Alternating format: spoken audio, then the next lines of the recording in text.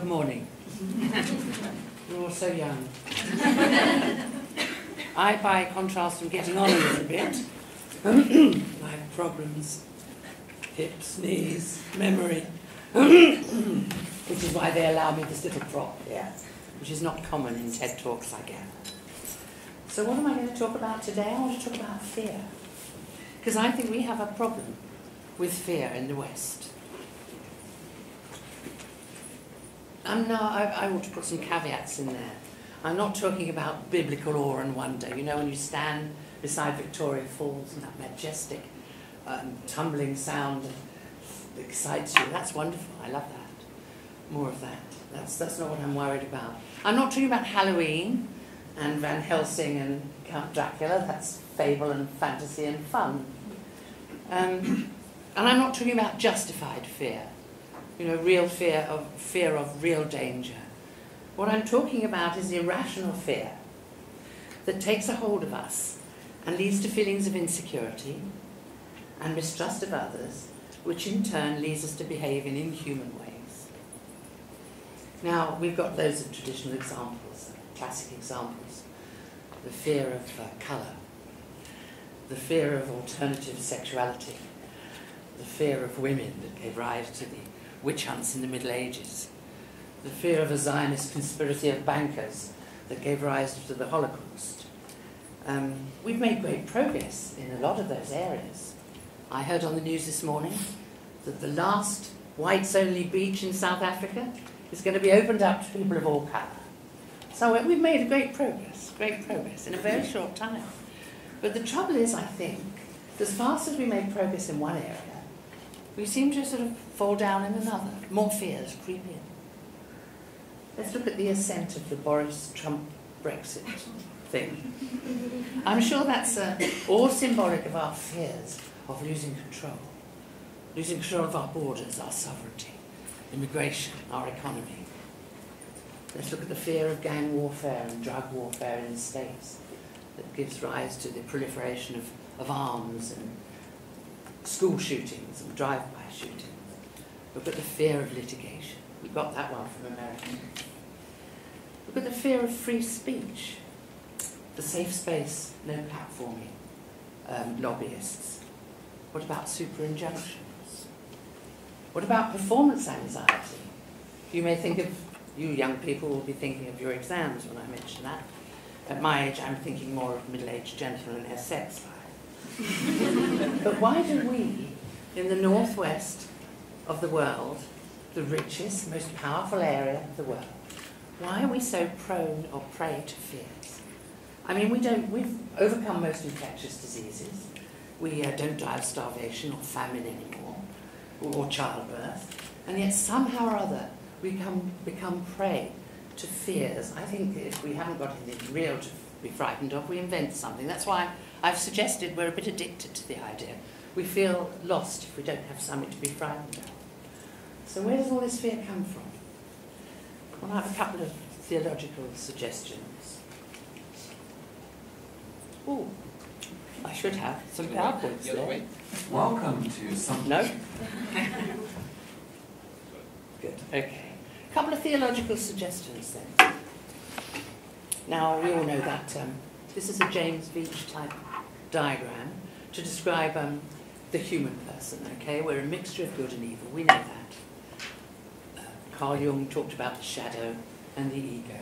And we're a mixture of both. It all depends where you think the balance is. If you think we're more evil than good, you're going to let your fears run away with you a little bit more.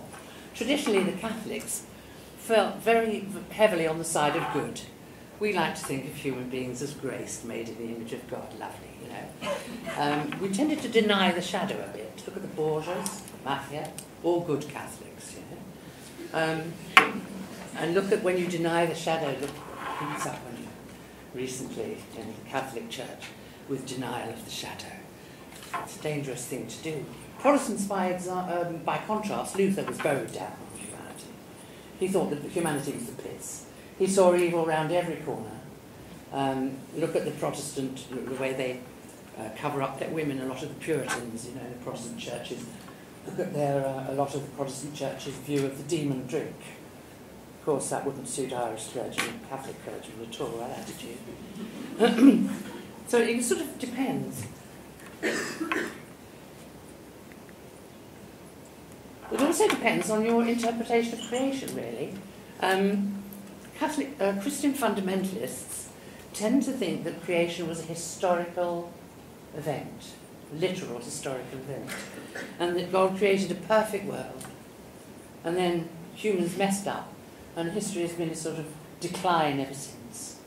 And they want to get back to original perfection. They want to turn the clock back to when men were in charge and women were all virgins, you know, that sort of thing. And you'll see human history in a very negative way then, human development, and your fear of modernism and fear of liberal values, if you have that idea. I gave a talk once on Christian feminism. There is such a thing, actually. I gave a talk on it to a group, and there was a lady in there who was a Christian fundamentalist. She was a lawyer, and she wanted to give some money to her church because she thought the pastor was doing some wonderful charitable work. And she asked him if she could donate some money, and he gave her a piece of paper, and he said, go home and get your husband to sign permission for you to give the money, and then we'd be more than happy to have it. So what's that all about? If you think, on the other hand, that creation, like I do, if we've got a more sort of Darwinian approach, that creation began as an embryo, a seed with enormous potential, then you're going to see human development much more as an ascent, growth, as I say, development. Not a straight line, of course. I mean, Hitler's interpretation of National Socialism, I could say, was a dip in our evolution. You know, I think we do that a bit, but overall, I'm quite sure that we are on the up. That's my view. And that's less fear in life. And this one I like. This is much more fun. Have you ever seen the Enneagram? Anyone know the Enneagram? I like this one. Let me define it for you. It's an ancient Sufi counselling tool. It was discovered at the time of the Dead Sea Scrolls. And it identifies 9 personality types, each with their own passion or drive. And it says if you over-identify with that passion or drive to the exclusion of all others, that leaves you with 9 potential deadly sins. Interesting, in the West, we have 7 deadly sins. And if you saw Peter Brook and Dudley Moore a long time ago, their film on the deadly sins, lust, envy, greed, we have 7. It's interesting the East have 9. And the 2 that we don't recognise. Oops.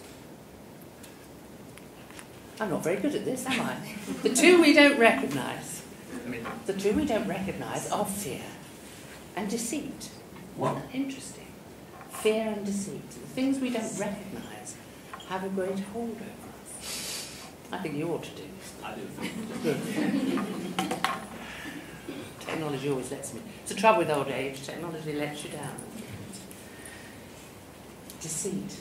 Just for a minute, just look at our politics. Do we not have a problem in the West with deceit? No, I did not have sex with one of those.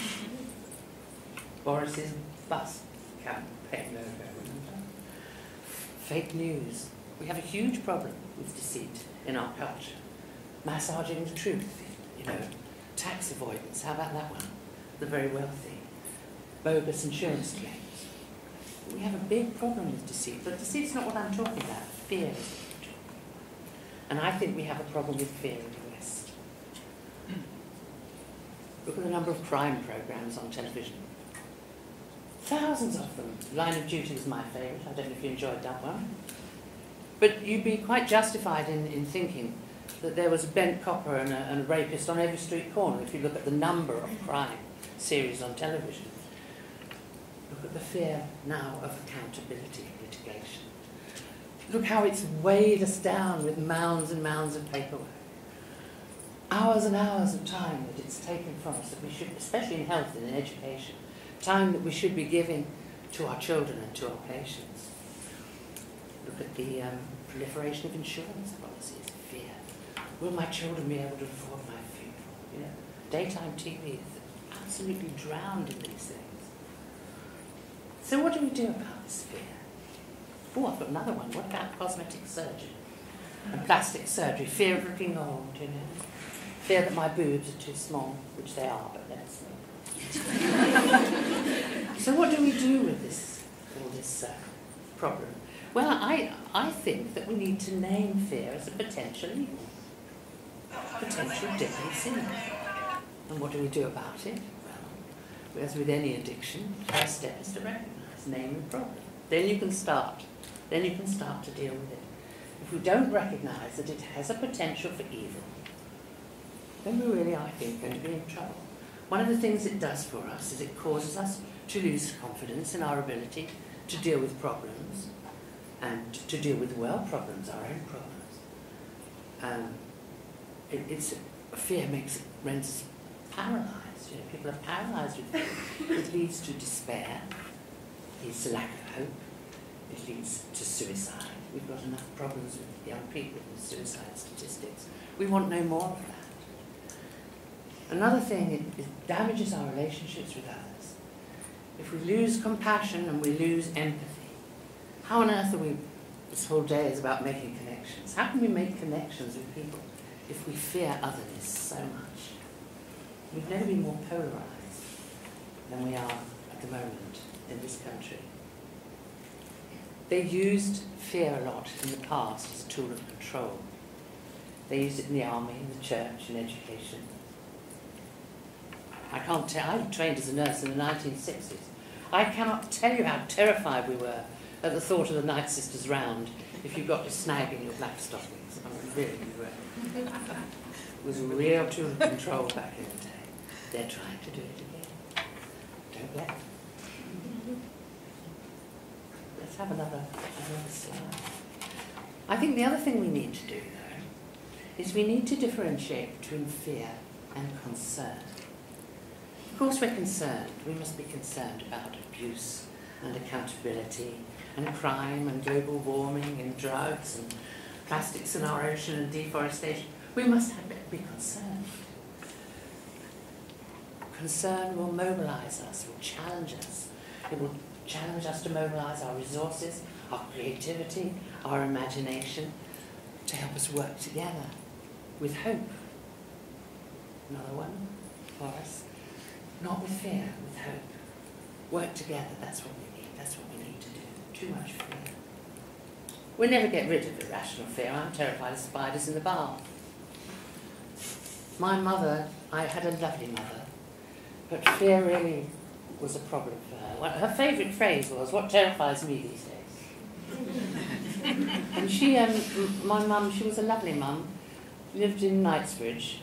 I don't know if any of you know London. It's not the part. It's part of London with Harrods. You know, it's not known for rough and ready people, really. But I used to go and visit her, and she said to me, "You're not going home on the Underground, are you?" I'd say, "Well, yes. You're not going home at this time of night on the Underground." I'd say, "Mummy, it's 6 o'clock. It's commuter travel." "You're not wearing that gold ring, are you?" They'll have it off you. I'm really not sure what the statistics are for mugging old ladies in Knightsbridge on the way home from work. I don't think they're very high. But, you know, this is what I'm talking about, this irrational, unreasonable fear. Disproportionate fear. That's what we've got to get rid of. I think it's limiting us at the moment in all sorts of ways. Anyway, I think someone's going to start showing me a thing to say that I'm nearly finished, because they don't have a fear, they have a minor concern that I might go on too long. I'd just like to point out that I don't have a fear, but I do have a minor concern about my diminishing bladder control. So thank you very much.